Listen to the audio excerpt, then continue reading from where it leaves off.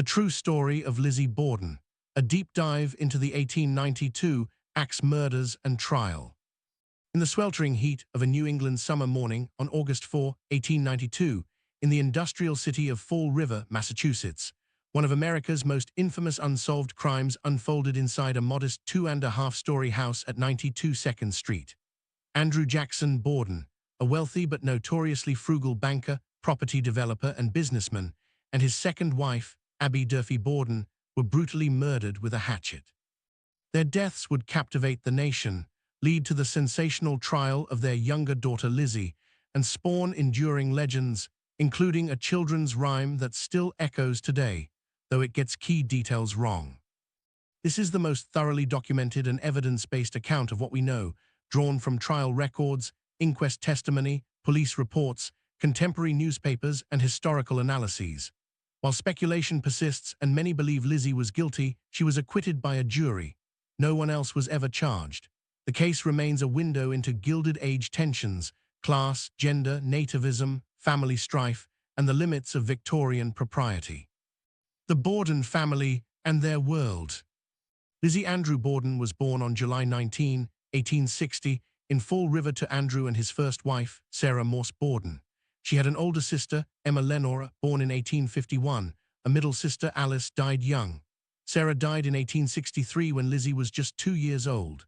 3 years later, Andrew married Abby Gray, a woman about 37 at the time.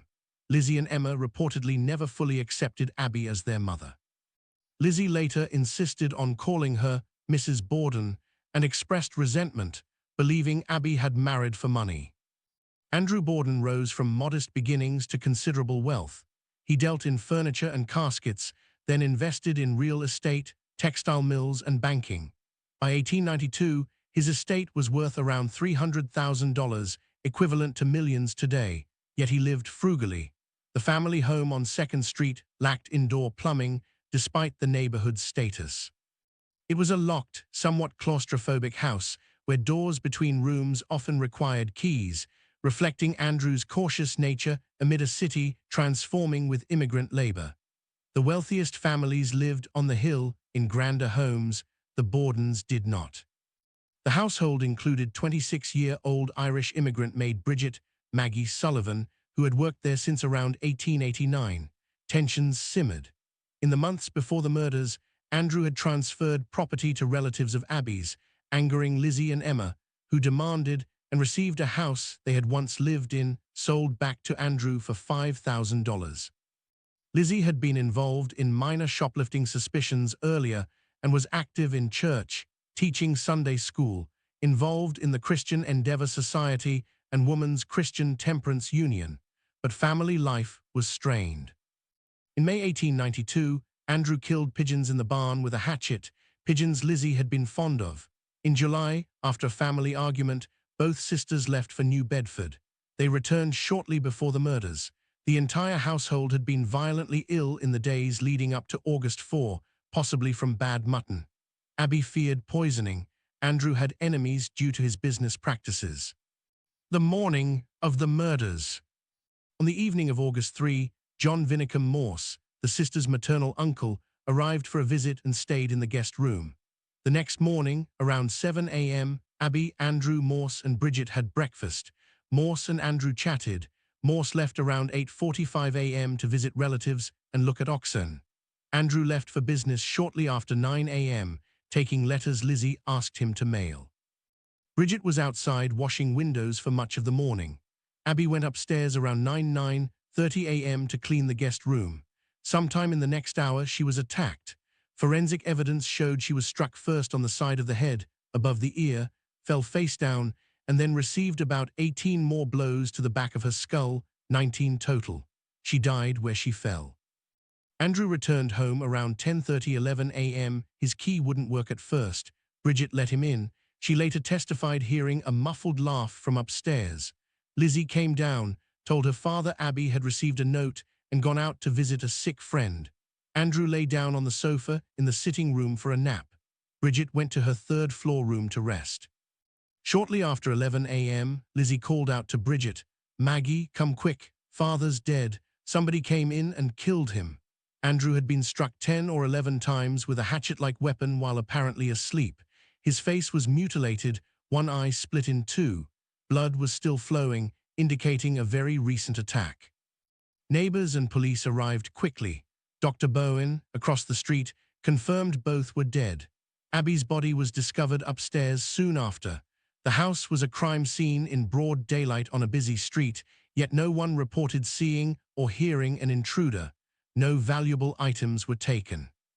Lizzie's account and the investigation. Lizzie told police she had been in the barn loft looking for iron fishing sinkers during the time of her father's murder. She said she came in, found him dead, and sent Bridget for help. Her stories had inconsistencies. She changed details about where she was when Andrew returned, what she heard, and Abby's whereabouts. She insisted Abby was not her mother. Police noted her calm, almost detached demeanor, no tears. Initial suspicion fell on outsiders, including a Portuguese immigrant who was quickly cleared. Police searched the house and found hatchets and axes in the basement, including one with a recently broken handle that appeared dusted to look old.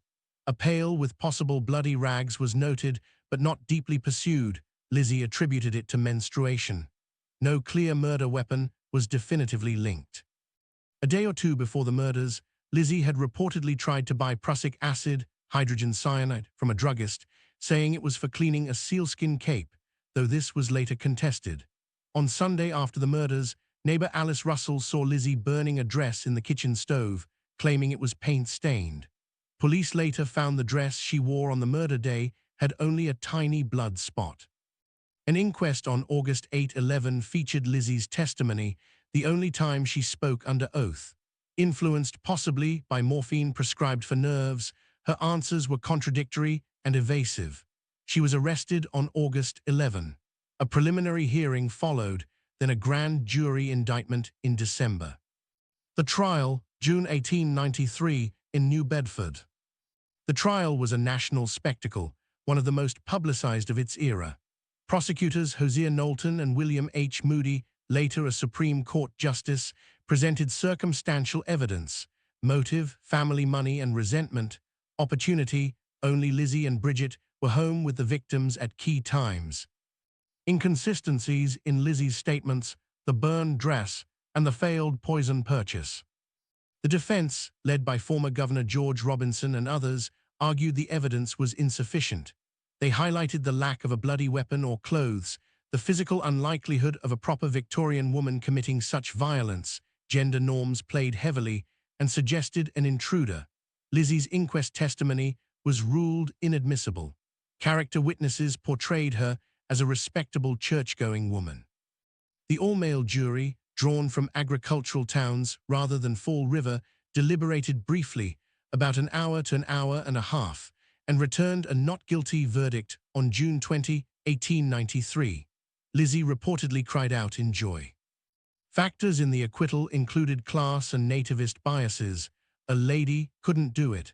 Irish police and immigrant tensions in Fall River, weak forensic science by modern standards, and strong defense advocacy.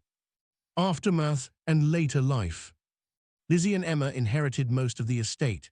They moved to a larger house on the hill called Maplecroft. Lizzie, who sometimes used Lisbeth, lived somewhat reclusively but traveled, attended theater, and kept pets. She faced ongoing ostracism in Fall River. Children taunted her, and society largely shunned her.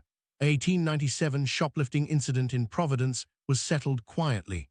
Emma moved out in 1905 after a falling out. They never reconciled. Lizzie died of pneumonia on June 1, 1927, at age 66. Emma died 9 days later. Both were buried in the family plot at Oak Grove Cemetery alongside Andrew and Abby. Lizzie left money to the Animal Rescue League and others. The case endures because it defies easy resolution. Theories include Lizzie acting alone in a fit of rage over money and pigeons, possible involvement or cover-up with Bridget, an intruder, or even Uncle Morse. Modern analyses note the brutality, hatchet blows required strength and proximity, and the locked house logistics, which point towards someone inside. Yet reasonable doubt prevailed in court. The Borden house still stands today as a bed and breakfast museum, drawing true crime enthusiasts.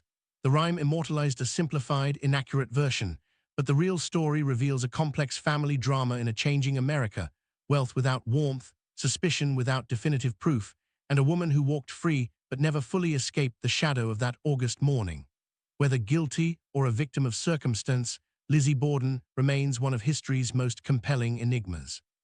If you enjoyed this video, please like, subscribe and leave your comment down below what you thought. Thanks for watching.